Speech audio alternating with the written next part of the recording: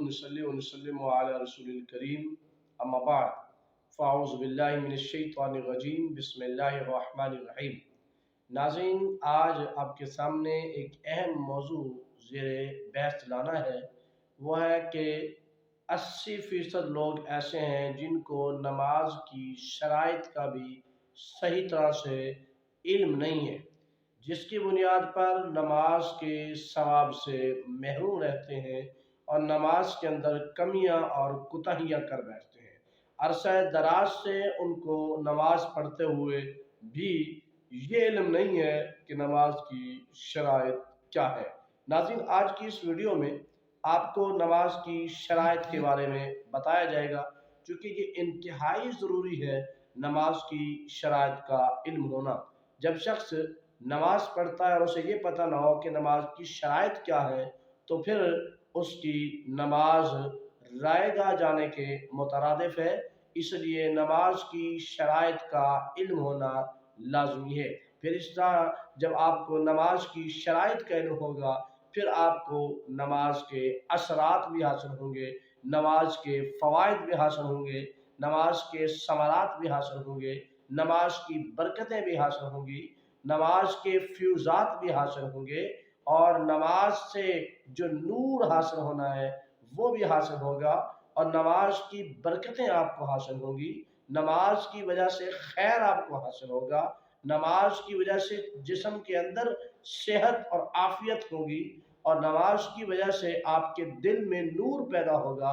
लेकिन शर्त ये है कि अगर आपको नमाज की शराइत का सही इल्म है और उसको सही तरह से आप अमल भी करते हैं।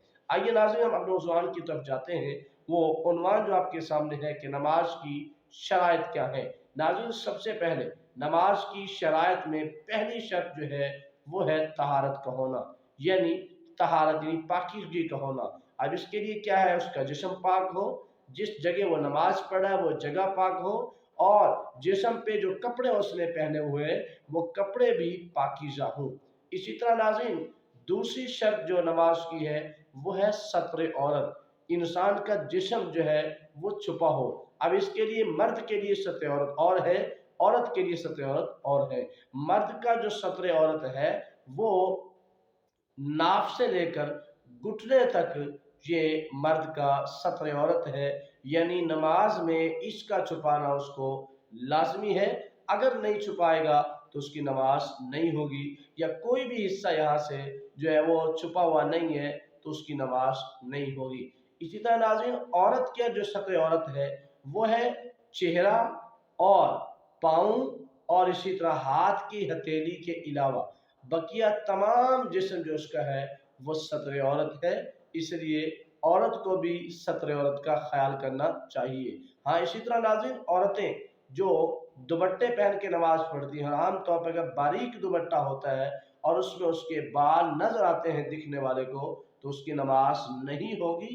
तो इसलिए औरत को चाहिए कि जो कपड़ा सर पे पहन के नमाज पढ़ रही है, जो दुपट्टा उसने पहना हुआ है, जो चादर उसने पहनी हुई है, वो इतनी बारीक ना हो जिससे उसके सर के बाल नजर आए। इसी तरह नाज़रीन, तीसरा जो नमाज के शराइत में से जो तीसरा नंबर है, तीसरी शर्त जो है वो है नाज़रीन के जिस शख्स के लिए तीसरी शर्त नमाज के शराइत में है वो है इस्तिकबाल किबला, किबला की तरफ रुख होना। अब इसके लिए चेहरे का होना भी किबला की तरफ लाजमी है, हाथों की हथेलियां जब नीयत बांधते हैं तब, और इसी तरह सीने का किबला की जानिब भी होना लाजमी है। इसी तरह नाज़रीन, जो चौथी शर्त है वो है नमाज का वक्त होना। नाज़रीन, अगर नमाज का वक्त नहीं है, आप नमाज अदा करते हैं तो आपकी नमाज रायगा जाती है, चूँकि कुरान पाक में अल्लाह पाक ने फरमाया इन्नस्सलाता कानत अलल मुमिनीन किताबन मौक़ूता, कि नमाज अहले ईमान पर वक्त पर फर्ज हुआ है कि जो वक्त नमाज का है उसी न वक्त के अंदर आपको नमाज अदा करनी है।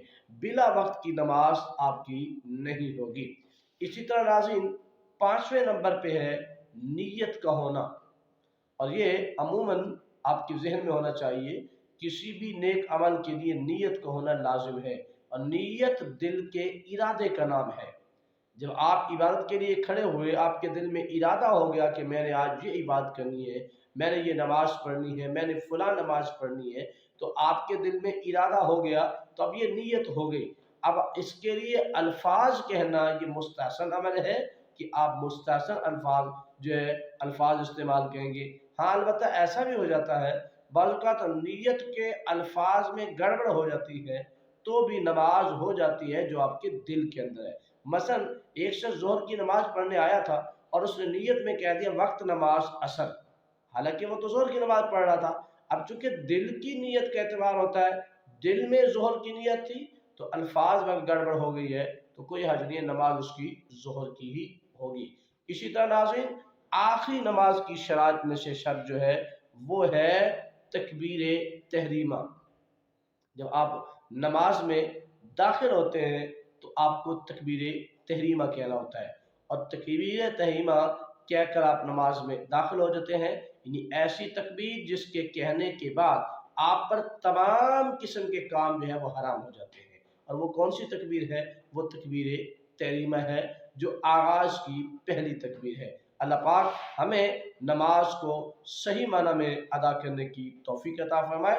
ناظرین انتہائی اہم بات ہے کہ اس کو صدقہ جاریہ سمجھتے ہوئے اپنے احباب تک اس کو شیئر کریں، تاکہ کہیں بھی کوئی نماز کے متعلق کمی ہے تو اس ویڈیو کو دیکھنے کے بعد وہ کمی دور ہو جائے۔ اللہ پاک ہمیں عمل کی توفیق